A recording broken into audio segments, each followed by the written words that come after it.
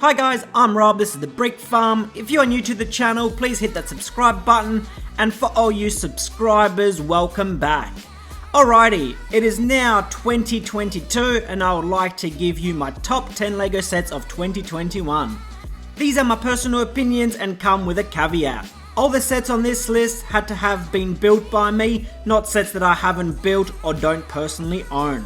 So without any further ado, let's start with my top 10 set of 2021. So the number 10 spot goes to the Super Mario 64 ? block. Yes, it is a very controversial set, as the ? block did not feature in Super Mario 64 at all. And also, it sort of annoyed most of the Nintendo Mario fans because we're all anticipating a giant UCS style Peach's Castle, but however we did get a macro build of that. But nonetheless, it does display quite nicely. It is quite distinctive with its yellow colouring, and it does kind of have that little displayability of where you can display it as just the block or with the micro or macro builds opened up. So for me, it did make that number 10 spot. And in the number 9 spot, we have the police station modular building. I really like this set. It is my first introduction to modulars, and due to this building I did fall in love with modulars and have decided to start a LEGO city. But however, the set to me is probably one of the most complete modulars that I have seen from the past that I have built. It has a nice, funny, quirky story. The build stands out nicely with its tan and sand color with the purple and the green on the sides, so it does integrate into the city quite nicely. And unlike previous modulars, the interior of this set has a nice fit out where every single part of that space is being utilized for something, and it does tell an awesome story as well. So that is why I had to put the police station modular in the number 9 spot. In the number 8 spot, I chose Winnie the Pooh. This is quite a cool little set. It's another ideas project, but however it is IP related as it is Disney, and as most kids or adults even to this day have a fond memory of watching Winnie the Pooh when they were children. So for me it was a little bit of nostalgia, but also the build is quite fun. The all new molds for the minifigs were definitely outstanding, and that tree design is also brilliant. And not to mention that little house at the back where you can have it either closed or open, but if you do decide to have it open, you do have kind of little Easter eggs and things like that on the inside, and it does have kind of a little bit of a play feature, as it is probably predominantly designed as to be a display set rather than the play set, but nonetheless it does include a little bit of a play feature if you so choose to have your kids playing with it. So for me that is why Winnie the Pooh made number 8. So in the number 7 position, I chose the LEGO Ideas Typewriter. To me, this was an absolutely awesome and amazing set. What can I say? It is a LEGO typewriter that actually functions like a typewriter. Yes, well obviously you can't type with it. All of the keys can be pressed, as well as that mechanism moving and clicking like an original typewriter, and that mechanism that holds that piece of paper going back and forth as you're typing, and then you however have to slide it back in order to keep typing the next line.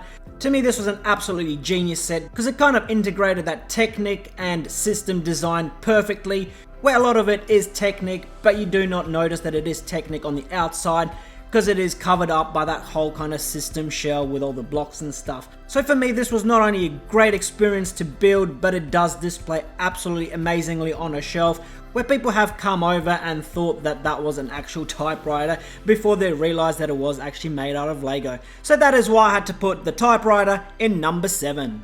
And in the number 6 spot, I did put the NASA Space Shuttle Discovery in there. This to me epitomizes what a great creator expert vehicle should look like.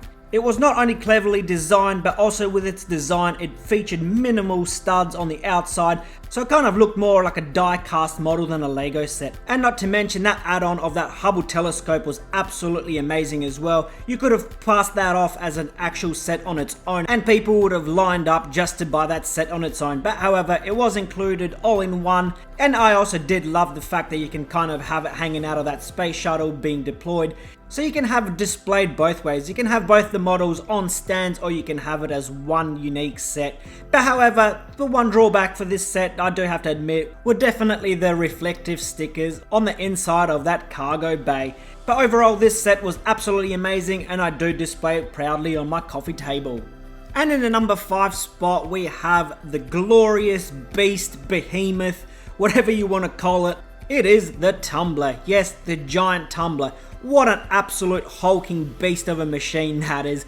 It is probably one of the prettiest cars I have ever built, even though it is all black. Yes, some people complain that all the kind of Star Wars ships look the same because they're all in grey.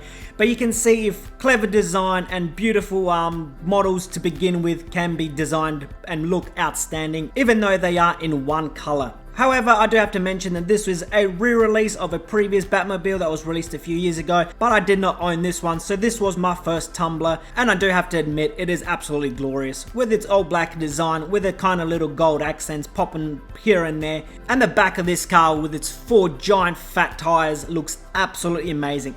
To me, it is one of the best pop culture vehicles that LEGO have ever created, and yes, that does win over the Ecto one from the previous year. In the number 4 spot, I chose the LEGO Ideas Home Alone set. Yes, it is a very recent release, but I absolutely love Home Alone as a movie. I grew up watching Home Alone. It was released a few years after I was born, so I do have very nostalgic memories of watching that film when I was a kid. But not only because of that, I think this set is absolutely brilliantly designed. It is absolutely packed with Easter eggs, little references to not only the first movie but the second movie, and well, you can't really go past that little furnace in the back with its glowing mouth. That is absolutely amazing to me. And not to mention that, I also do love how all of that front opens up, as well as the attic, so you can see every single little bit of detail in that house. So that is why I chose Home Alone in the number 4 position. And in the number 3 spot, I chose the Hogwarts Icons Collector's Edition set. This set almost did not make the list due to the fact that my wife and I only decided to build it on New Year's Eve, but we did manage to complete it just after midnight, so you can say that it does qualify for that list. But overall, I think this as a Harry Potter set is absolutely breathtaking. It is jam-packed with little Easter eggs, things like that, and the build for Hedwig is absolutely outstanding and breathtaking when you look at it on display. It definitely puts the previous Hedwig to shame. So that is why I chose Hogwarts Icons Collector's Edition in the number 3 spot. In the number 2 position, I chose Ninjago City Gardens. What an absolutely amazing build that was to me. Even though I'm not a Ninjago fan whatsoever, I had to get this set due to the fact of how awesome it looks.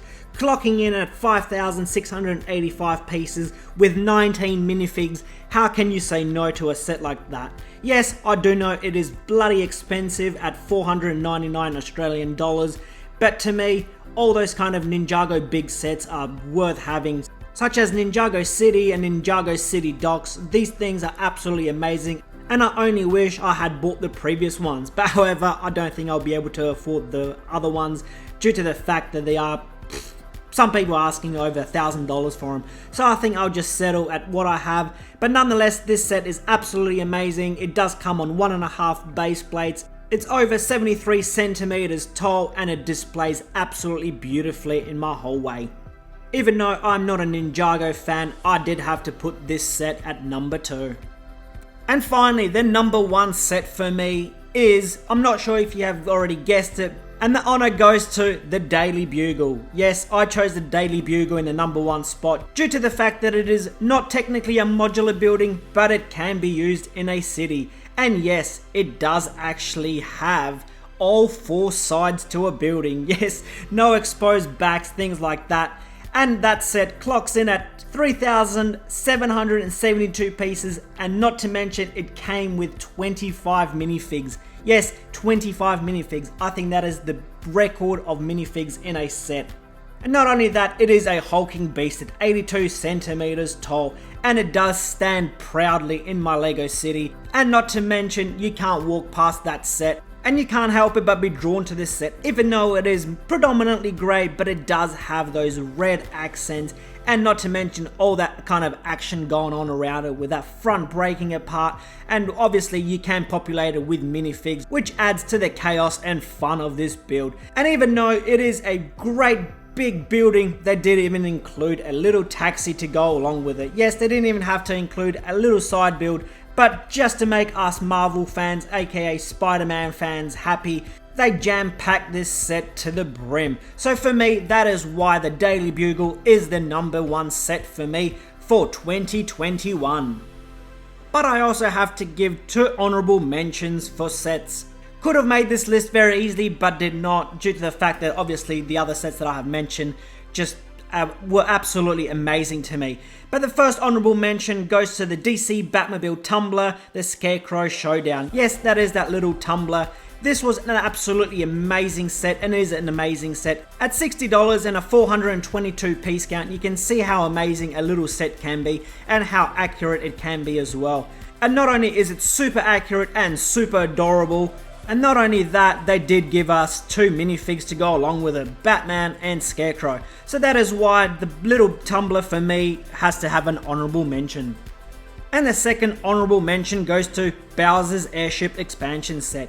I have to give this an honorable mention because unlike the rest of the Super Mario playsets, this happens to be a complete set which can be used as a display piece as well as be utilized in that play system. I however can't stand the play system, but I do love this set. I do however own every single Lego Mario set ever released, because I do have to mention that the Lego Mario sets were what got me out of my dark age and got me started collecting Lego again. So I did have to give this set an honorable mention. So if you agree or disagree with me or like to put down your favorite set of 2021, please leave it in the comments below and I'll catch you in the next one. Bye.